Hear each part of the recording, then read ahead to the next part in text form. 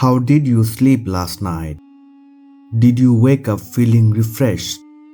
Or are you still hitting that snooze button?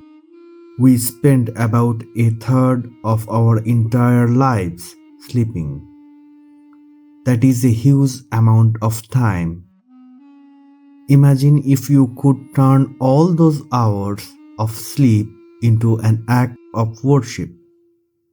Imagine getting rewards from Allah just while you rest. Well, in Islam, you can. Assalamu alaikum everyone. Welcome back to Islamic Foresight. Today we are talking about rest, specifically the Sunnah of sleeping. Now really quickly, let's define Sunnah in simple English. A Sunnah is basically the way, the practice or the example set by Prophet Muhammad, peace be upon him. As Muslims, we believe his life was the perfect example for us to follow. When we copy what he did, even in small things like sleeping, two amazing things happen. 1. We get spiritual rewards, and 2. There are usually amazing physical and mental benefits hidden in these practice that science is only just discovering now. Today, I am going to share 5 easy sunnah you can start doing tonight to transform your sleep. Let's get started. Sunnah number 1 is simple but hard in modern world. Try to sleep early right after the Isha Prayer. We live in a time of Netflix, endless scrolling on TikTok, and late night work emails.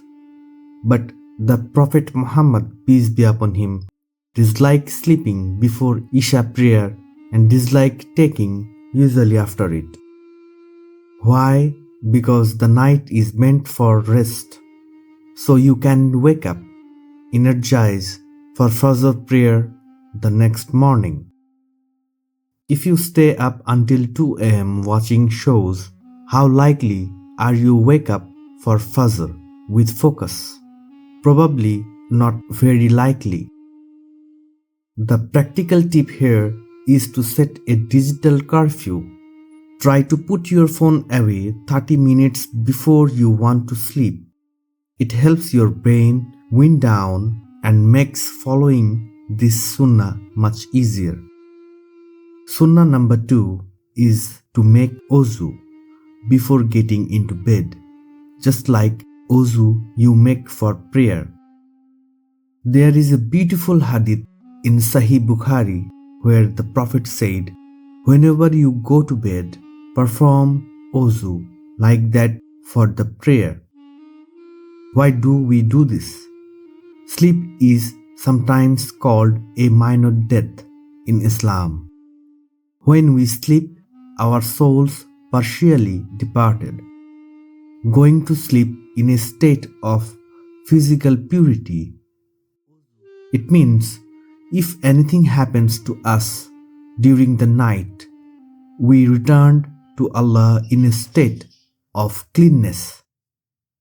It also just feels good physically to wash up before hitting the sheets. It signals to your body that the day is over. Sunnah number 3 is one a lot of people forget. It is dusting the bed before laying down. Before you get into bed, take the corner of your sheet or just use your hand and dust off the mattress 3 times. You should also say Bismillah in the name of Allah while doing it. The Prophet Muhammad, peace be upon him, mentioned that when we leave bed, you don't know what might have crawled onto it after you left. Think about it, dust, little bugs, or just crumbs. This is a deeply practical hygienic tip that became a spiritual act. It ensures your sleeping space is clean before you lay down. Now you are clean, the bed is dusted, you are ready to lay down. Sunnah number 4 is about how you lay down. The Sunnah method is to lie on your right side and place your right hand under your right cheek. The Prophet, peace be upon him, always encouraged starting things on the right. But interestingly, modern science has looked into sleeping position. Lying on the right side is often considered better for your heart because it not being compressed by gravity. It can also help with digestion compared to sleeping on your stomach or left side. So lie on your right, tuck that hand under your cheek and get comfortable. And finally, Sunnah number 5.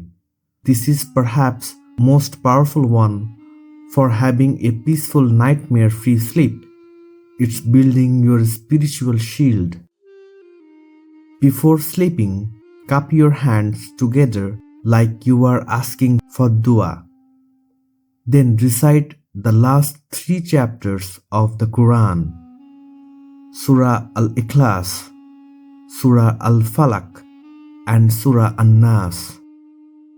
After reading them once, give a light dry spit or blow into your cupped hands.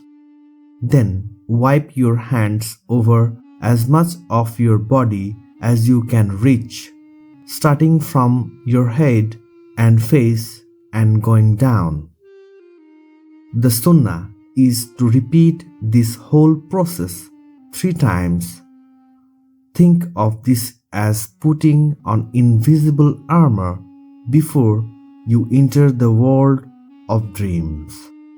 It protects you from shaitan, from bad dreams, and keep you under Allah's protection through the night.